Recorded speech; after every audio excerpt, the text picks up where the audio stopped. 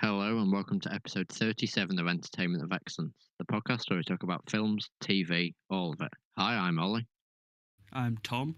And I'm Ben. and today we're talking about the 2002 film Adaptation Full Stop. This will contain spoilers.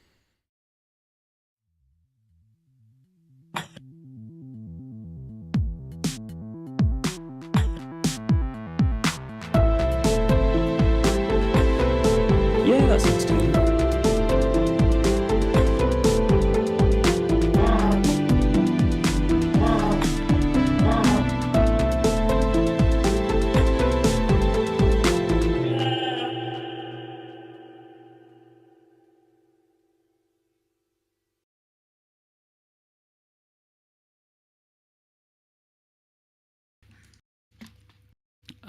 Okay, so the plot of this film is Charlie Kaufman is trying to write. Okay, no, so Charlie Kaufman wrote this film. Okay, this is going to get a bit confusing.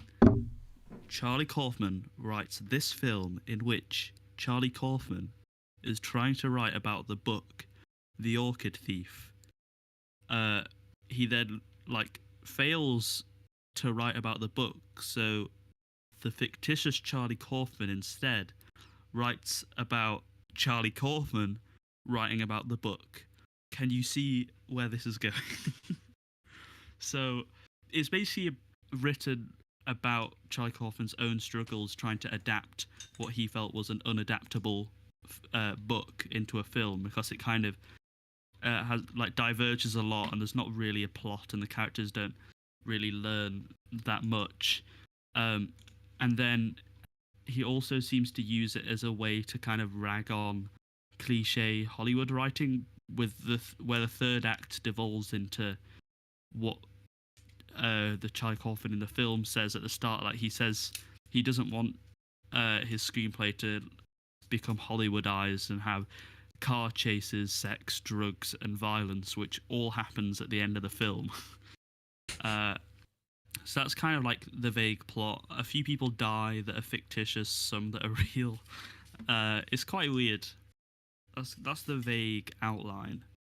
And do we just want to dive straight into the talking about the ending, or do you want to talk about the idea of writing a film about you writing the film? I don't know. I mean, we could talk briefly about the ending, because I think that talking about you writing a film about writing a film is a bit of a bigger topic. Yeah. Okay. Well, so the ending is obviously it becomes Hollywood-like. So the protagonist in the film kind of wins, right? He he learns a lesson, he gets the girl, and he writes his screenplay. But I've seen an argument that because the protagonist wins at the end, it's actually that is the protagonist losing because he didn't want it to become Hollywood, but it is scripted, it does. So Charlie Kaufman maintains what he says at the start with saying that he doesn't want the protagonist to win or anything like that. Does that make sense? I Yeah. can definitely see that, because when he goes to the class about how to write, and it's this really regimented guide to follow where you got to think about the audience, and there's a really strict path that the protagonist has to follow and try to avoid Deus Ex Machina or cheesy narration, but then all these things start to happen, so it's it's spiraling out of control, and because he's gonna adapt this book that really doesn't really have a coherent point, really. It's just sort of he just enjoys it, so he's trying to look for a deeper value, but in the end, as you say, everything sort of becomes Hollywood, but that's not really how he intended it to be. Yeah, and literally the person telling him to not use Deus Ex Machina, him doing that is a Deus Ex Machina in himself. So Yeah. I think Charlie Kaufman just kind of liked adding in loads of just kind of screenwriting jokes it's quite self-referential. But also one of the things that, Brian Cox's character says is about looking at life differently, because he says he doesn't want people to change or anything exciting to happen, which is because that's more like real life. But then he says, well, you know, people get murdered every day and people sacrifice themselves and all this. So if you think that something being boring means it's like real life, then you're not looking at life the right way. So you could say that like it's also about seeing life as more interesting or being less cynical almost. But then the film is highly cynical, so I don't know. There's a lot of like confusing messages I get for it. Maybe on a second rewatch or reading someone's like 10-page long essay on it will help, but I don't know. I mean, you know, when you say about like it like referencing itself and being quite meta, well, I thought that I genuinely spent the first act of this film thinking that Donald Kaufman was Charlie Kaufman, but like, you know, like it was part of him that he was sort of seeing himself. And then when he was saying about his script, don't do like a split personality disorder, that's really predictable. I thought that was like criticism of what was actually going on. It took me ages to work out that that was actually meant to be someone else. Yeah. Well, I mean, I knew it was someone else, but I think it was supposed to be written as like would you say the foil to Charlie Kaufman? It's like everything that he didn't want to be as a screenwriter. Yeah. You know, writing thrillers and standard stories with a normal structure. But and then he also still being gets success for charismatic. that. So like ultimately, Charlie Kaufman almost like submits to the thing that Donald Kaufman was successful through, like writing these predictable scripts, and that's sort of how the film is in the last act. Yeah. And I think that it is supposed to be written as like part of himself, but I'm not sure like how that fits in. Like if because he doesn't, he obviously like makes fun of him, or at least that part like through it all, but then it's shown to be quite endearing at the end when it's kind of supposed to be Donald in quotation marks Kaufman that's written it, you know, and he like teaches him the message of it's what you love that makes you who you are, not what loves you, which is probably supposed to be made up and rubbish. I mean, it's kind of a cool message, but it's obviously intended to be like, you know, the cliche story that the hero learns. But I don't know if that was Kaufman kind of showing. Because the only other film he'd done before this, I think, was Being John Malkovich. So he was instantly became known as like the guy who writes quirky, weird stories that aren't like your typical Hollywood fare. So I don't know if he almost felt a pressure to also not be kind of like have a Hollywood style just for the sake of it, or what? Yeah, because he was actually going to adapt The Orchid Thief. So he might have sort of thought that was like the only way he could do it. But then if he did it that way, then it would sort of be breaking away from this perception of him as someone who like is a bit quirky and subverts a lot of the typical Hollywood stereotypes. So like he made this, which is just about as weird as you can get. Yeah, and because obviously there's a lot of themes of change. You know, it's called adaptation. It's about adapting a book, which in turn becomes like its entirely own thing, and also, but it's also weirdly about the lack of change. Like, you know, that the characters don't want to change, and like the first and second acts, that it's just about disappointment and that nothing really happens except it's also engaging at the same time, which is how he wanted to write The Orchid Thief. Yeah, it's how the book is written. Yeah, because like the presentation of the Orchid Thief himself, he's like really living in the moment, and he just constantly changes between different obsessions, and like outside characters looking in can't really understand how he can do that. But and when they're sort of on about how plants are able to adapt because they don't have any memory, but like humans are always they're always like influenced by their past. So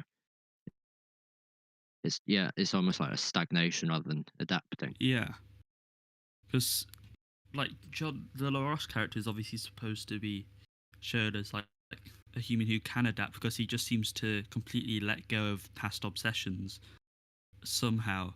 But then you find out that he does seem to have this like deeply rooted like regret for the car crash which resulted in his mother and uncle dying and his wife divorcing him. Yeah. And there's that interesting thing that Susan Orlean says where she says, if I nearly died, I would have left my marriage too.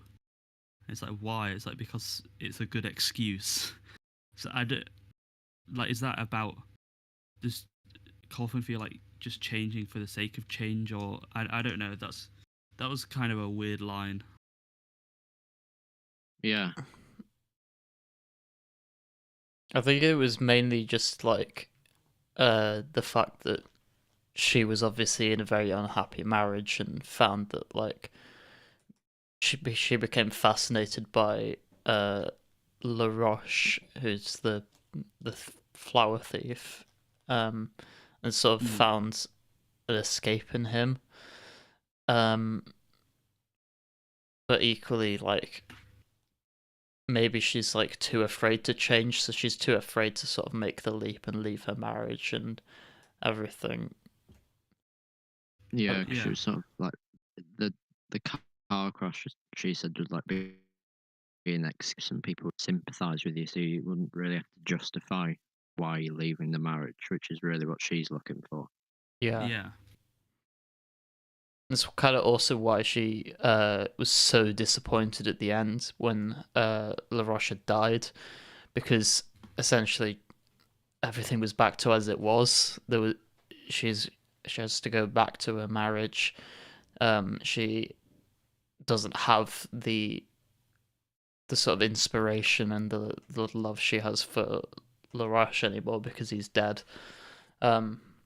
I guess another way you could read into that, though, is maybe she got her own car crash and therefore does have an excuse to escape, because what happens to her at the end isn't like shown. After LaRoche dies, and Donald, it's kind of just focuses on Kaufman. So yeah, maybe the ambiguity was intentional. And it's obviously like another thing with the film is it's just Kaufman being also annoyed at the kind of film industry itself. You know, the stagnation of Hollywood and maybe even deadlines, like feeling rushed. And he wasn't very nice to like, was it his agent or something? Yeah. Who would just like keep saying all the women he'd have sex with, and it's like, okay, right. You know, I don't know if it was like supposed to be saying that it's like all competition for those people, and that he feels like he's trying to, you know, he just wants to write about flowers. Yeah. Then he doesn't write about flowers, and it's all like quite odd, and you can kind of see Kaufman's process of writing it. I don't know, it's such a weirdly written script. Yeah, because it is very Kaufman. He's like trying to live up to this image of him that was sort of created after being John Malkovich, which you see bits of in the film, like when he's on set. But so when you see him sort of having these moments of writer's block, or there's one point where he like thinks he has this epiphany, so he records it, but then he's like listening to it later, and it just sounds like a bunch of nonsense. So those scenes are quite painful because he's sort of having to live up to this idea about him that he ultimately in this film he sort of has to submit to the regular way of doing it in Hollywood, but like in his own unique style. Yeah, and I forgot the initial voiceover is like really cool. I really like the writing, and also you know, Nicolas Cage's performance of it, where he's saying like, "Do I have an original thought in my head? My bald head made me happier, etc., etc." That like, so it's also it seems to have like that first bit has kind of a fitter, happier, Radiohead vibe, and he's talking about wanting to be happier, and it's almost like an angst of worrying if he's original or not, like wanting to be original. And I guess him worrying about being original, then taking on to adapt a book that someone else has written. Maybe that like just really conflicted with him, and that's why he ended up kind of making this, which is that weird, like it does adapt parts of the book and stuff like that, but it's very much its own thing.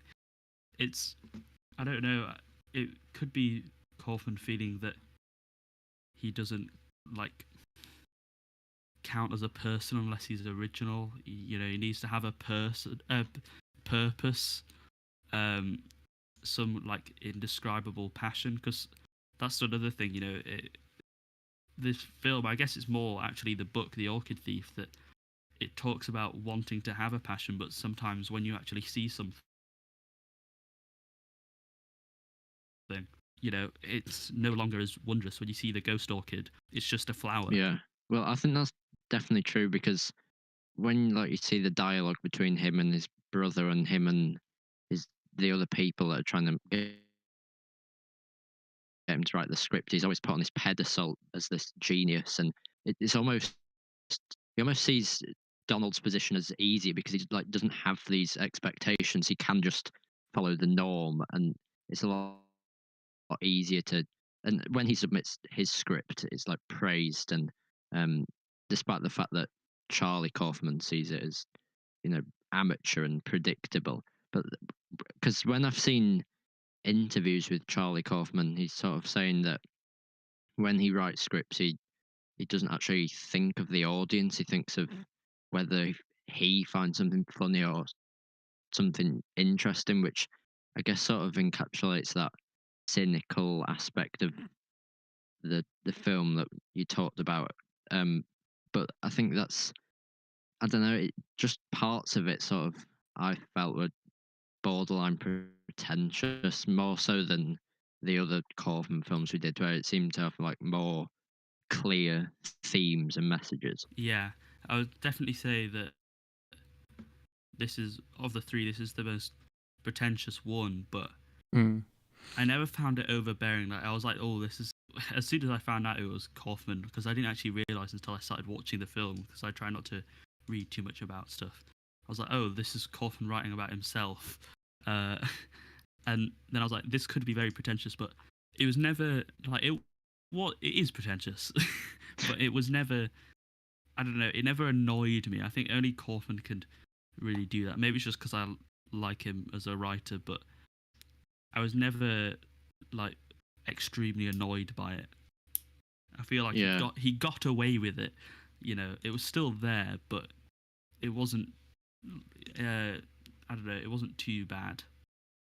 Maybe it's to do with like in the Orchid Thief itself, when it's like actually telling the story of that, there's references to the sort of inexplicable beauty, and things don't always need to be explained or have a meaning, but where if you're trying to dissect the film itself, then you're almost breaking that rule, because you're trying to look for meaning in something that's it's not necessarily there, and like they can't really explain what's so overwhelmingly beautiful about this flower or why it's so engrossing, but that, and that's why it's so difficult to adapt into a film. Yeah. Should we talk about Nicolas Cage? Oh yeah, just performances in general. Would you say better or worse performance than Left Behind? I don't know.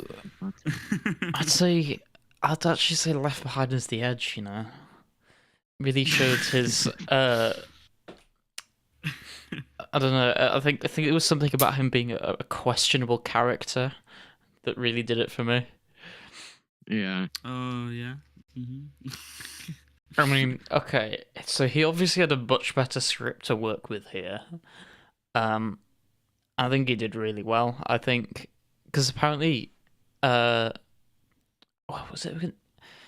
Who was it? I saw it was someone else who was offered the role. Was it Matt Damon? I'm going to quickly, speedily Google this. Yeah, because in the script when he was talking about who's he going to play him, he didn't actually say Nicolas Cage. I was quite surprised. I thought he would. Maybe that would be a bit too much.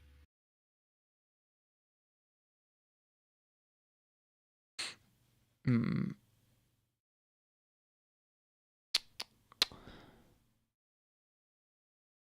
Yeah, I can't find it quickly enough. But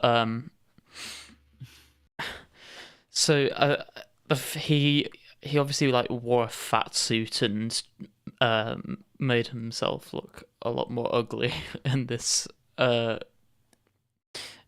film. But I think he really embodied the role very well. You know, just the feeling of like utter hopelessness with writer's block.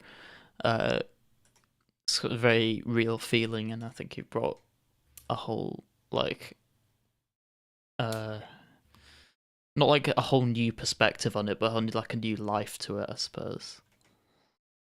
Yeah, I was impressed as well that he managed to make Donald and Charlie Kaufman seem like completely different people. Like that, you could always tell which one was which. Yeah.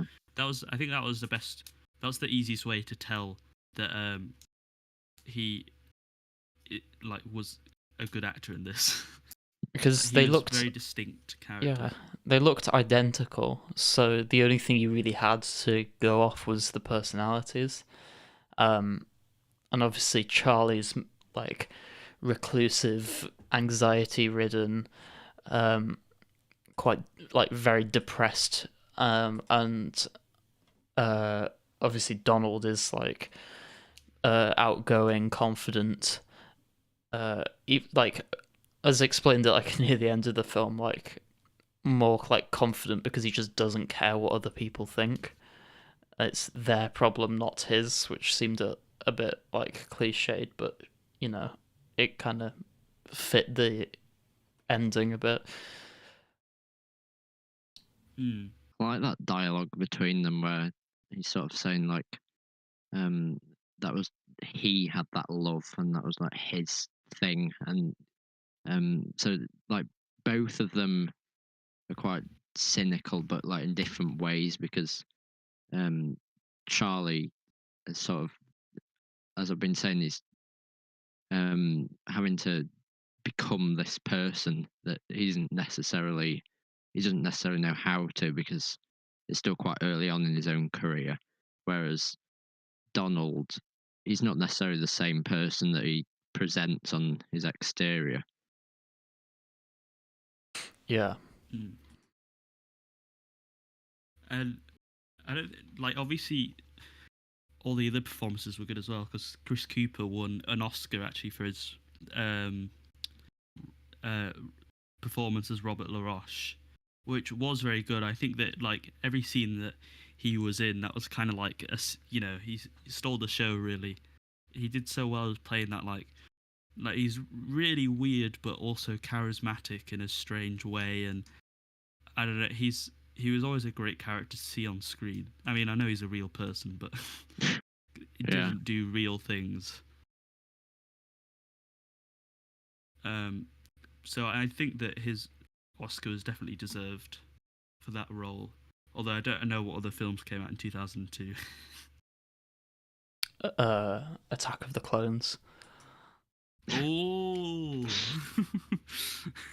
oh, maybe. Sorry, maybe I'm wrong then. Yeah. Well, I'm thinking Ahmed Best for Jar Jar. He could be a good nomination. Yeah. What about Willem Dafoe for Green Goblin and Spider-Man? Was that 2002? Oh yeah. Oh yes. Also, Meryl Streep was pretty good, although I don't know, she wasn't in it as much as I thought she would be. Yeah. And I don't know if she had to do as many ranges. It was just kind of from interested to desperate, I guess. Yeah. but I think she did a decent job.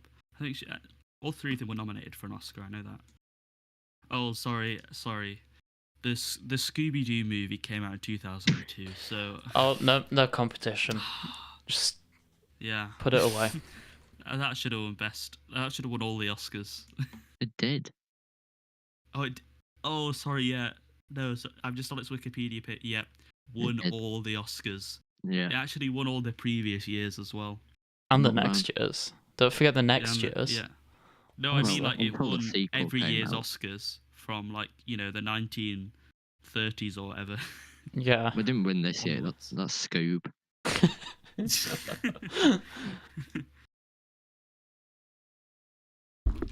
What? Who else was in this? Tilda Swinton. Why was she just in it for like 2 minutes? I don't know.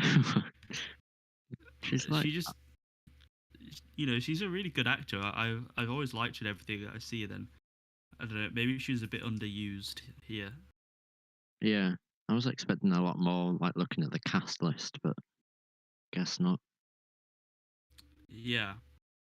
I don't like who else was in the cast. There's probably people I've forgotten. Big names that I've just forgotten. I mean, they got like the weird thing with being John Malkovich in, so they had all those actors in at points.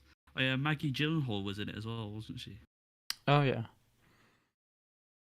And Doug Jones. He's the guy that like plays loads of aliens and stuff. Does he? I mean, Plays loads of aliens and stuff. yeah. Oh, he does look a bit like an alien, to be fair. Oh yeah, he played the amphibian man in Shape of Water. Yeah, And- all his and- roles are like that. Pale man in Pan's Labyrinth. Oh yeah. Wow, he actually does like only play aliens. What? Yeah. That's crazy. It's a bit like Andy Serkis, but a weird alien. No, but Andy Serkis was in that one Marvel film and he wasn't a Black little Panther. goblin. Yeah. Oh yeah, Black Panther. Yeah, that tiny little Marvel film. To be fair, there's not really any tiny little Marvel films. Oh yeah, Brian Cox. You've talked about him, but crazy that he was in it as well. Just kind of popped up. Oh, Susan Orlean made a cameo, but it was in a deleted. The real one. Oh well, the real one, not Meryl Streep. Meryl Streep made a cameo in the film that she starred in. How do you think they felt about that? Like the writer of the book. I saw Well, something where But the Where last they were- act where it goes down was actually like, yeah, go on. I saw something where they were like interviewed by GQ magazine afterwards, like in 2012 or something. Mhm. And her first response was like, "No, awful, bad, not good. This is gonna ruin my career." But then since grown to like actually really like the film, and like kind of accepted it. Me. Because, I mean, obviously the last bit is heavily fictionalized, so I doubt that she'd think that, it was an attack on her. I don't Yeah. know. So the quote But is. she has said like it. Go on. The quote is, "Reading the screenplay was a complete shock. My first reaction was absolutely not. They had to get my permission and I just said, no, are you kidding? This is going to ruin my career. Very wisely, they didn't pressure me. They just told me that everyone else had agreed and I somehow got emboldened. It was certainly very scary to see the movie for the first time. It took a while for me to get over the idea I had been insane enough to agree to it, but I love it now." And Yeah. she called Streep's portrayal one of she's- her favourite performances. So... Nice. She said The Orchid Thief was an incredibly difficult book to make into a movie for all the reasons that Charlie in the movie complains about. So, I guess she agrees with that. Would you be interested to check out the book? No. Learn a bit Kind about of, but flowers? I know that like literally nothing happens. But Yeah. but also that apparently it's written in a very engaging way, even though nothing happens. Yeah, like the excerpts sounded quite philosophical, but like Yeah, the bit where I like the bit where um he's sort of where he's talking to the Brian Cox and he's sort of saying, well, what next, because it's left unresolved, and the film kind of shows what happens after that and how she does actually find the flower, but she's just like really underwhelmed. But like in the book itself, it's sort of shown that it doesn't always have to have a perfect ending, but ultimately, obviously, the film goes a bit off the rail. yeah. It's such a strange film. Yeah, I'm trying to think of what because I think this is actually like stranger than I'm thinking of ending things, and that is very strange. I feel like with both those films, a rewatch would you'd definitely watch it in a different way, and it would probably either, well, I'm guessing that you'd probably prefer it on a second viewing. Yeah, Yeah. But in terms of how it compares to the other two that we've done, I definitely didn't like it as much. But I mean, it's quite a high bar. yeah. I think it's also the weakest of the other two. Yeah. I know a lot of people didn't really like I'm thinking of ending things, but we did, so shut up. We're right. We are literally objectively correct about films. If you Yeah. like a film that we didn't, you're wrong. If you don't like a film that we liked, you're wrong. If you Before don't like say our it's bad, it's bad. facts, don't care about your feelings. If you don't like our facts, please unsubscribe. And by that I mean don't unsubscribe. Please subscribe to the channel.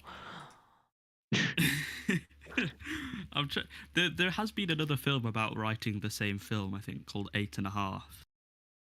I saw that. Apparently, Mulholland Drive is very strange, but to find out it's I would have to spoil it. I'm trying to see if there's a film stranger than this. One that I've maybe heard of and hopefully seen. That would be helpful. I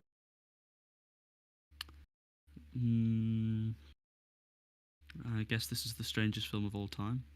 Oh, I want to watch a Radiohead. Yeah. Actually, that's supposed to be quite strange.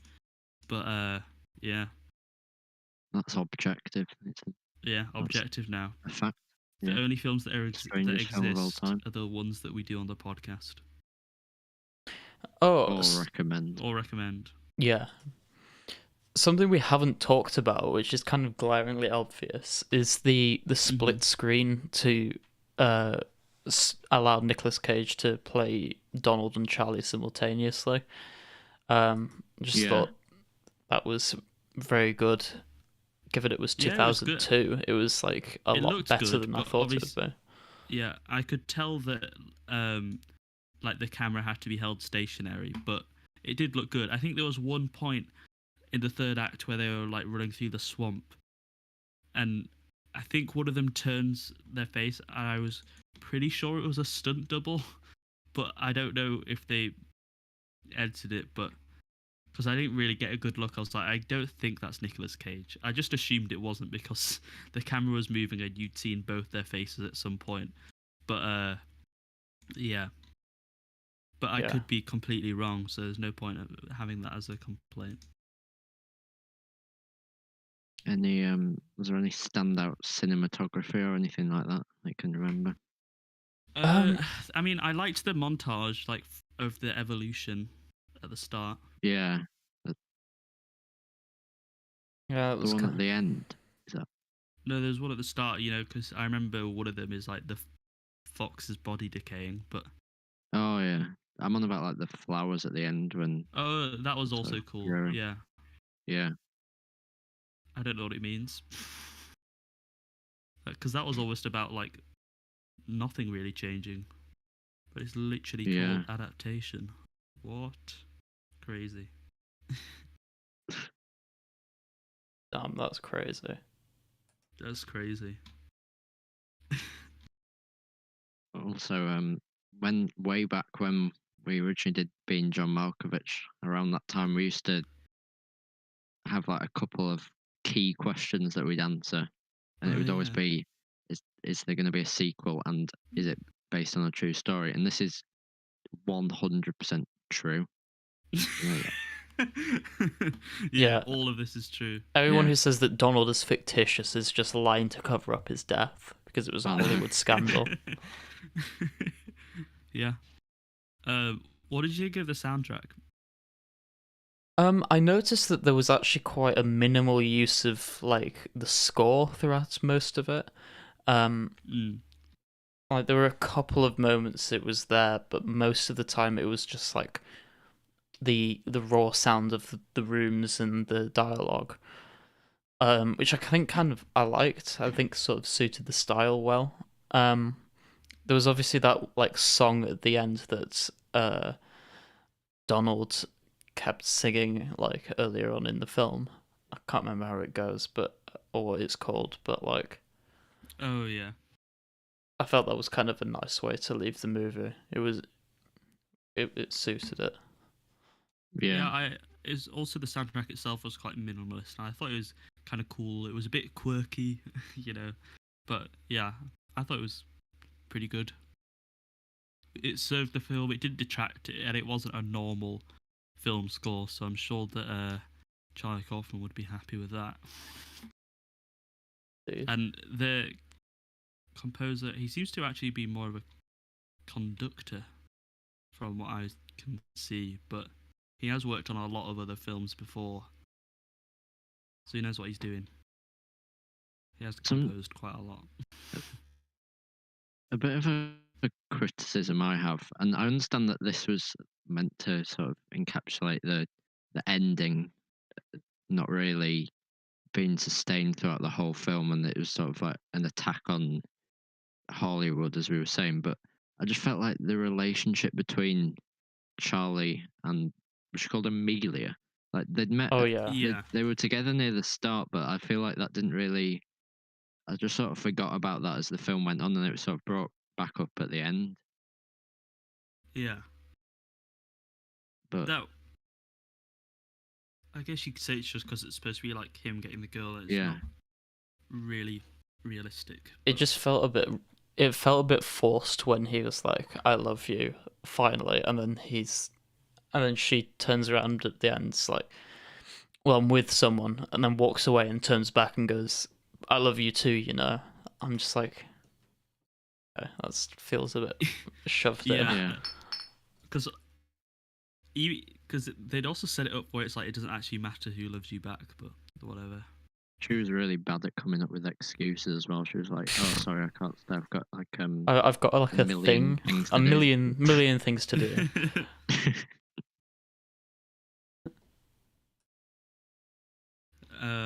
This is so sad. One of the FAQs is, does the orchid actually have psychotropic properties? And no one's answered. Ooh. Ah. Let's buy some and try it out. Can you get drug from orchid? Is it Is real? that one of the drugs in the briefcase in Fear and Loathing? Ooh. Oh, there is. Wait. Oh no, that says from the bark of Africa. I don't know. Who knows? Maybe. there might be some psychoactive drug you can make from orchids. There you go. You're welcome. Should we give our ratings? Cool. Yeah.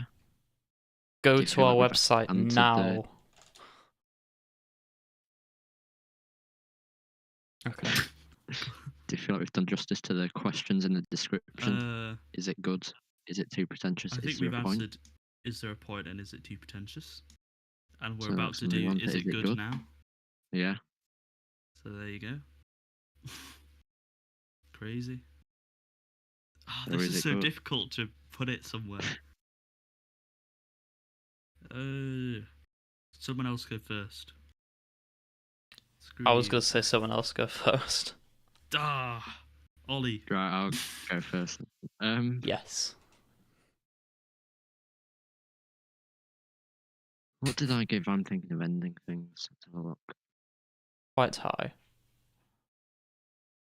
think I was the lowest if I remember. 7.8. I was the only person that didn't give it in the 8. I feel like that was quite. I feel like I'm thinking of Ending Things was a lot more divisive than this, but I preferred it a lot more. I think that's sort of a film that you either really like or you really don't. And Yeah. this is the same to an extent, but I definitely didn't dislike it, but I just didn't love it the same as the other ones we've done. So I'm probably going to go around 7.4. Cool. Groovy. This is also like a really tough one for me. I don't know, like if I entirely agree with all. I think I'm gonna give it like a 7.6. So that's just because I want to put it above The Social Network and below No Country for Old Men. So for me, that's 7.6. I think that's fair. I don't know. I know that we would say before that Social Network is apparently amazing, but obviously they're wrong because we're the final authority on all films. I mean, to be fair, even like. And it was actually Ben that dragged down the rating load, so blame him. Yeah, I was about to say, like, you thought it was like a lot better than I thought it was. Like, I didn't think it was that great. I think it was kind of like okay.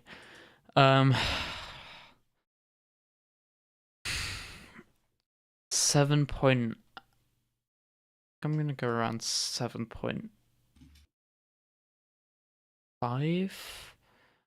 What did I give? That's in the middle of our two. Whoa. Wait, I haven't finalized. I need to see what I give Black Panther. Oh. 7.4. Did I enjoy this more than Black Panther? I mean, to be fair, I'd say they're really different, so it's hard to compare. So I'm just gonna stick with 7.5. There you go. So does that average on 7.5 then? It does. That is cool. See, I thought this was very, very similar to Black Panther. Yeah, I think it.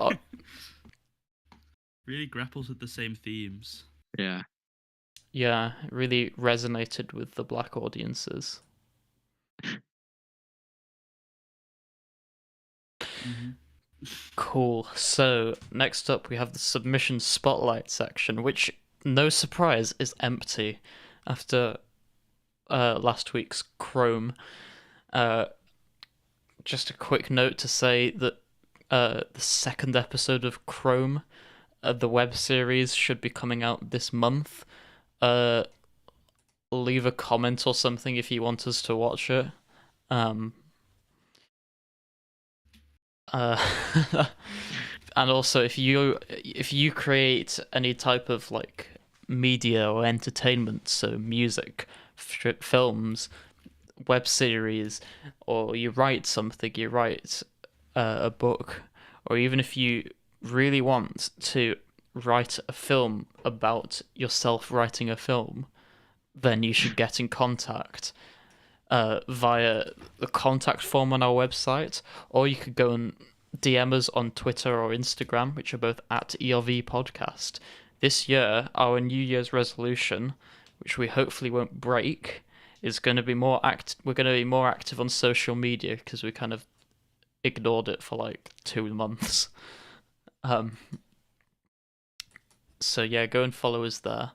Oh, Skilldozer123 says, I want you to watch Chrome episode 2. Thank you, Skilldozer. Don't know who that is.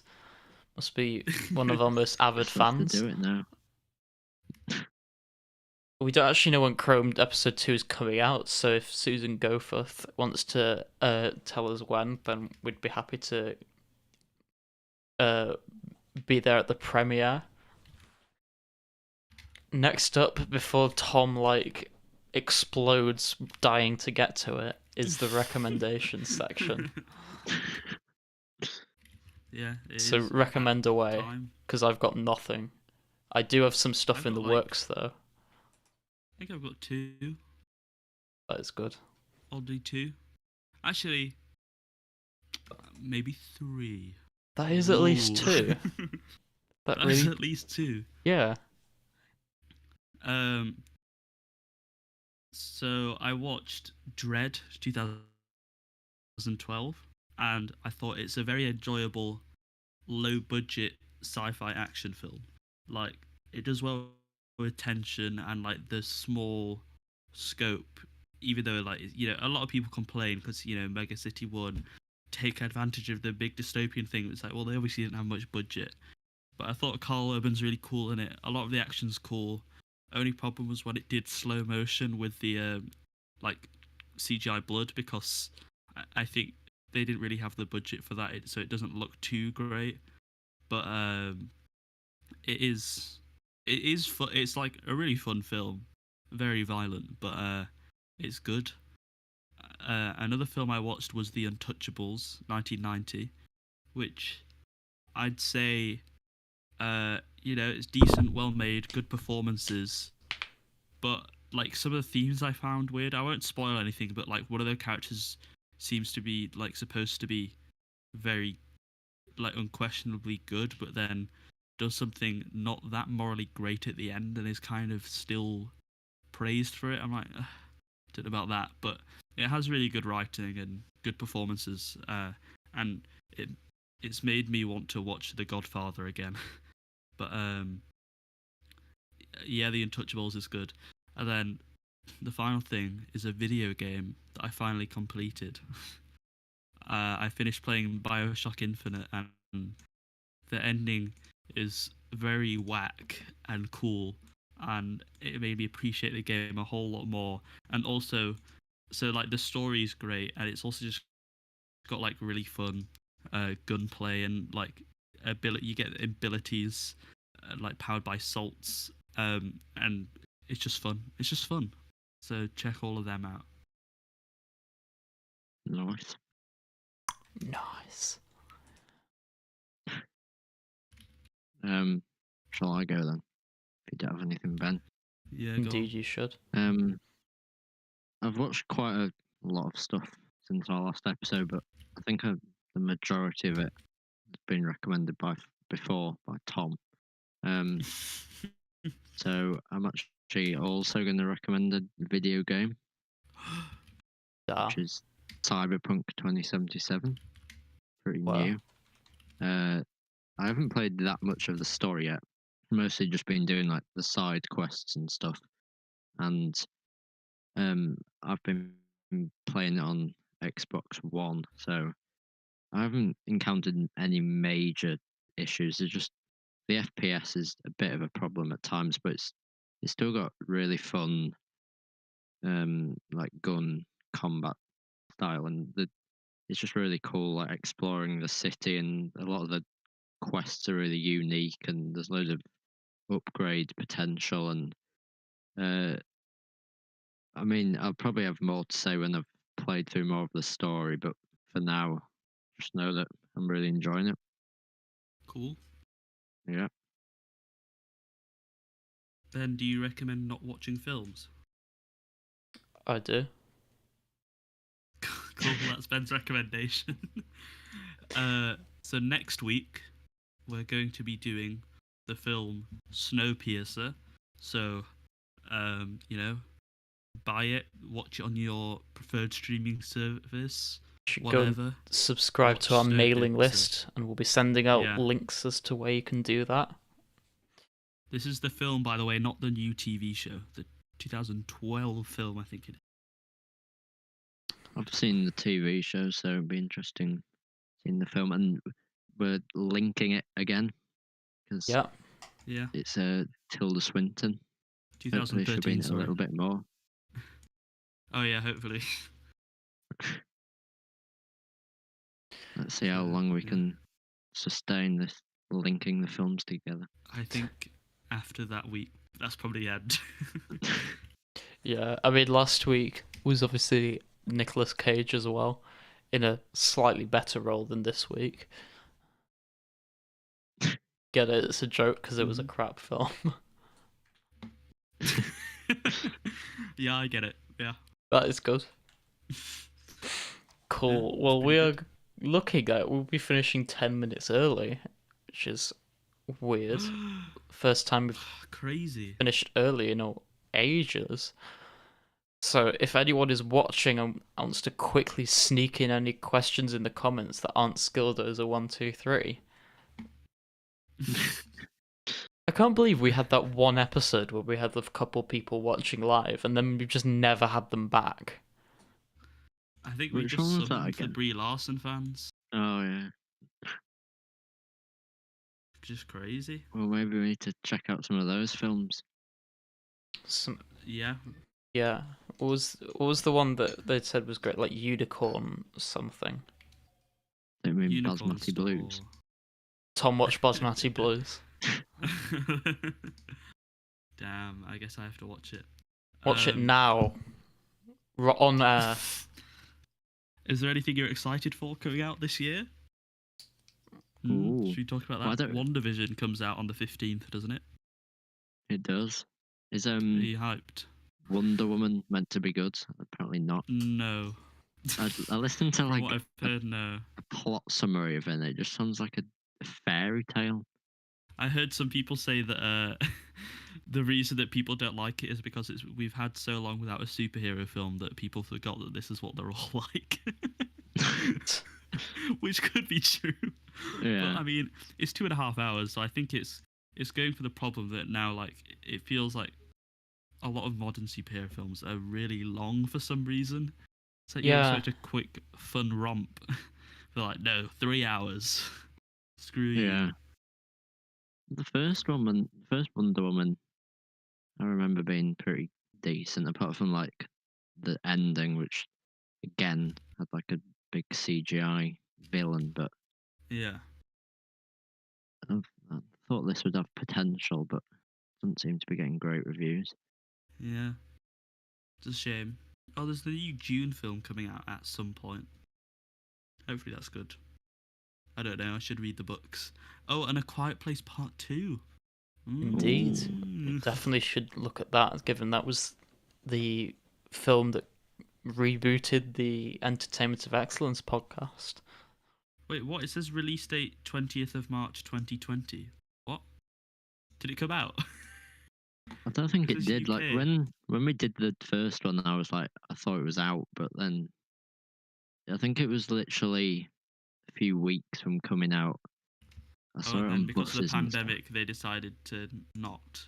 Yeah. I can't. Oh yeah, they've changed the release date, but it's got a 2020 billing, but it has changed the release date. That's quite interesting. There are also exactly 1 million Star Wars shows coming out next year. This year. That's pretty cool. Yeah, there are a lot. I'm just like, I keep saying this to you guys, so I'll say it once on air. Like, I think they should be a lot more careful. I think they're like, The Mandalorian was a success, so they're like speeding ahead, going, well, all shows we produce are now going to be good because the Star Wars fatigue is over or whatever. It's just Yeah, like, as long as they all have good writing and like decent to great direction, then yes, the ideas are all solid. But like, as shown with like The Last Jedi and The Rise of Skywalker, like the writing, like Star Wars stuff isn't always like perfect. So I don't think it's a wise move just like going ahead with like 20 million shows at once. Like, yeah. I'd say maybe like 2 this year, then like a third one the year after and stuff. Maybe just continue with The Mandalorian, the Book of Boba Fett, and maybe like Ahsoka or something. But then there's like Yeah. then there's like the Obi-Wan one, there's the Bad Batch, there's all of these other things. I just feel like some of them are just gonna lose like quality because there's just so much being churned out at once. But hopefully I'll be proven There's wrong. There's a few more things coming out which look interesting, like that Ghostbusters Afterlife, which seems almost like a more horror version of Ghostbusters, or horror sequel to the original one, I think. And then there's also the new Suicide Squad. Is it a reboot? Is it a sequel? Are they pretending the last one never happened? Who knows? Seems Wait. wacky. Doesn't the Snyder Cut come out this year? Oh, yes. How hyped are you, Ollie? Oh, As a can't true wait. cinephile. It has to be in black and white, guys. Otherwise, it's not a real film. Random rant, like, before we finish. Why are they just adding, like, versions of films now in black and white? Like, it's an objectively worse version. You know, films that are in black and white were intended to be in black and white. Like, you can watch Parasite in black and white, which has, like, really, like, saturated colors, I felt, and you know, the red of blood and stuff is quite important and shocking, so that feels weird. Mad Max Fury Road you can watch in black and white. What? Where's all the cool orange? Like, it just annoys me. I mean, I'd say Speaking like of Parasite, that's something I watched this week. That was What? really good. I just said I watched Parasite. Oh yeah. Yeah. It's good. I've already recommended it, I think. I know, but You're not allowed to recommend it. well, I've got an idea. This will probably take like 5 minutes. Because it's the entertainment worthy of excellence. But we've seen I personally have seen about 4 films that came out this year, so it's not going to be very long. yeah. Should we do? Yeah. What's the best film then? What films actually came out this year? Well, quite a good one that came I out think. quite recently was Soul. Oh yeah, that's true. Sonic, I've not seen. I'm thinking of ending things. Oh yeah. Tenet, Midnight Sky, Hillbilly Elegy. We Can Be Heroes. I'd personally say Trial of the Chicago 7, but I don't know if you've seen that. Oh yeah, I need to see that. Oh, I'm just saying films that came out. All right. Well, that's my Currently. favourite. I need to watch that. Soul was definitely a highlight. How about the worst? The New Mutants, We Can Be Heroes, which I mentioned. Was The Witches supposed to be? Oh yeah, Mank came out, which was kind of like whatever. I don't know about worst. Oh, there's like loads of tiny films like that. Bruce Willis hard kill thing that's supposed to be terrible. I saw a review of that by like Ralph the Movie Maker, I think. There'll be there's always loads of random terrible films that you've never heard of. Chrome came out this year. Did? It did. Yeah. How about best Well, TV last show? year, I guess. Oh yeah, TV last show. year. In the last year. Oh, Borat 2. Borat 2 Oh yeah. that came out. Artemis Fowl. I saw Enola Holmes. That wasn't Doolittle. exactly amazing. It was all right. There's a lot of bad films and also alright films. Wasn't a lot of people say that 2020 was actually pretty good for TV shows, apparently. Like The Queen's Gambit. New season I of think there were Westworld, other which things. was the worst by far. Oh. The Boys, Oh, I May Destroy You. Star Trek. Clone Picard. Wars, Mandalorian. Oh yeah, the Clone Wars. Yeah. Tom, there was a Tom, few like okay watch the Clone ones. Wars. I wouldn't I've say the never heard of Clone it. Wars because, as an aggregately, season 7 wasn't that amazing. Yeah, that's true. The last 4 were, but I'd probably have to go with maybe the Queen's Gambit. I don't know. I'm trying to see like there's so many things. So many things. There are a lot Tiger of King things. came out. Remember Tiger King? Yeah. Crazy. Oh yeah, but the start of lockdown. Yeah, I think we'd probably have to research everything that came out in 2020 to actually decide stuff. We need to do the There seems whole. to be a lot more than I thought. We need to do the whole award show with like the music and Yeah. the Shall we countdown do and it? everything. Do you think Yeah, we'll let's have do enough it. Film? All right. Damn. Do that That That next means we're week. gonna have to But- watch a lot more stuff.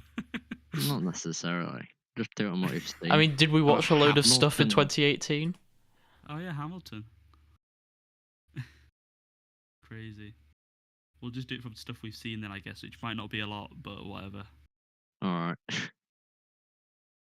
I mean, the last one we did, I think Ben just nominated John Cena and Daddy's Home 2 for half of them. So I can't even remember if that was the best or worst or categories. something. When is Daddy's Home 3 coming out? Oh, Lovecraft Country came out. I kind of want to watch that. Damn. Watch it But I now. think. So unfortunately, we won't be able to do any HBO shows because you have to have like Sky, I think, in the UK. Oh no. I have There now definitely TV, are other so ways of I've getting seen- around that. I've watched like a bit of. Yeah. Oh, Ben, what are you suggesting? right, it was Watchmen How dare you. 2019, I think it was. Yeah, because it came out in October last year, I remember. Or it was out then, at least. I think are we up to about an hour now? I think Yeah. we filled quite a bit of time there. Yeah, we're done. We've rambled long enough now. Groovy. Well, So- go and go to our website now. Sign up for our mailing list. Follow us on social media at ERV Podcast, both Twitter and Instagram. Subscribe to us on YouTube if you so desire, and stay tuned for next week when we're doing Snowpiercer. All right, see you. All right, see ya. Alright, see you. Get right.